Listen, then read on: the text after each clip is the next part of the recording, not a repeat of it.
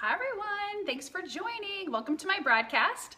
If you are new to me, my name is Jen Zills. I am a certified health coach, a wife, and a mom of 3.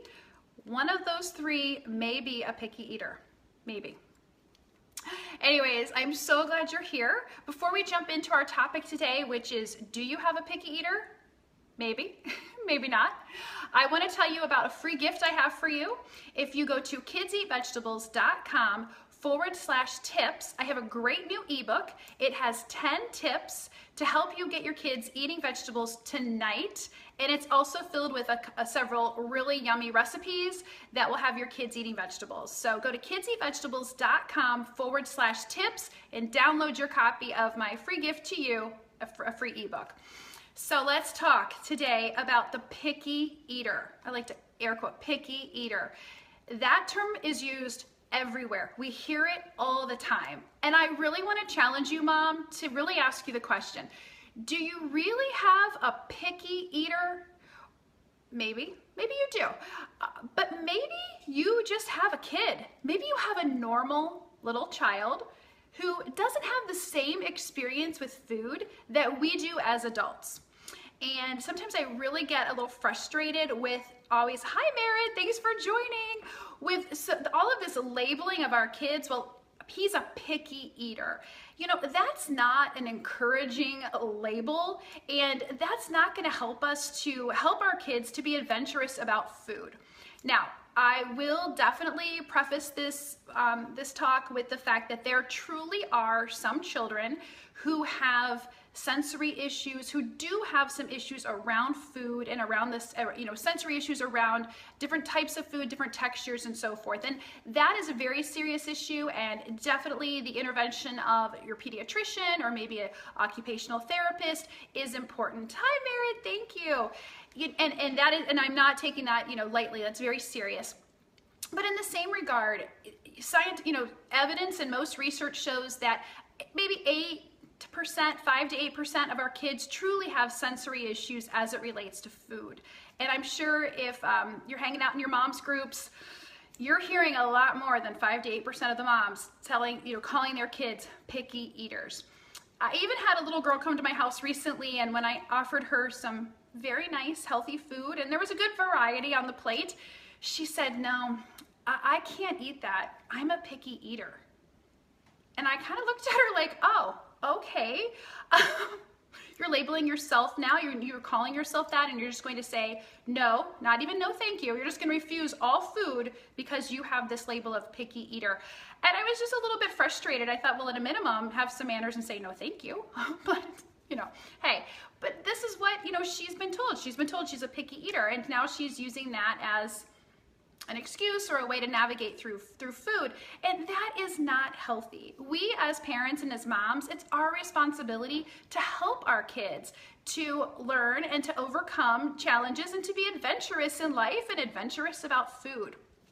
So, I really hesitate and really, kind of warn you to say, don't use the label picky eater, and instead let's talk about what our kids really are. They're little people who don't have a lot of experience with food. And like I said, I have one child, my youngest, who some may call a picky eater. She definitely has some boundaries when it comes to food. But I really have been diving in and talking with her and having conversations with her to help for me to understand what's going on here. And it really kind of came to my attention when one day she said, what's for dinner, Mom? And I said, oh, we're having chili. And she's like, well, what's chili? I'm like, chili. Well, what is that, Mom? And she just kept pushing me. And I was like, well, you're right. It's not really a soup. It's not really a casserole. It's chili. So, I really started breaking down for her what was in the chili and what was, what the ingredients were. And I thought, wow, that's so true. I just assumed, well, it's chili. That's what we're having for dinner. And so, you have to understand that everything that we know of as adults, our kids aren't always used to that. They don't always know what these foods are, even the most basic things like chili. So it's good to take time to explain to them and have them understand what it is they're eating. This same child, like I said, she may be a picky eater. We won't call her that, but she does have some boundaries. She prefers not to eat foods combined. So she's not a big fan of soups, chili, casseroles, pasta dishes, where things are combined. Now, does that get her out of eating those things? No, but I understand that she has reservations. So I really try to help her get over that by explaining to her what's in the food, what we're making. I involve her as much as possible. Recently, I posted a picture on my Facebook page of her making salad. Yeah, they just don't even know what things are. Exactly, Merritt, right? We have to explain that to them. They're just not as experienced with food as we are. And we want them to be experienced. We want them to be adventurous. So, so like I said, I posted a picture recently of her making salad. She loves to make salad because she knows what's going into it. And so she knows, okay, we're gonna put the tomatoes, we're gonna put some egg, we're gonna put some greens, and she'll even cut up onions, which normally she won't eat, but she'll cut up the green onions to put it into the salad. So she's coming a long way. But like I said, she prefers to not have things combined. Thank you, Merritt. And so there are times, if you have been following me long enough, you know that I do not make separate meals. Everyone eats what's on the table. You're presented with dinner. That's what's for dinner. I am not a short order cook. I have enough things to do as their mother. I don't have time to be running a restaurant here. So it's one meal. On occasion, if I'm able to, if we're having something like maybe some type of tuna casserole or something like that, where I could separate the ingredients for her and I could put the pasta and the tuna separate and the peas separate, she'll eat it that way. So if I have time and if it's something I do, it's the same dinner. I'm not making her any different food, but I will prepare it for her a little bit, separated for her. Sometimes I do that, sometimes I'm not. When it's chili, it's chili. And she actually liked the chili. It took her a little bit of time to get through it and to try it, but she liked it. So like I said, when I have time, if I can, I will separate her food for her, but it's the same meal we are eating. Not always. Other times, and my husband and I debate on this one, she will ask me to help her eat. She'll ask me to help feed her.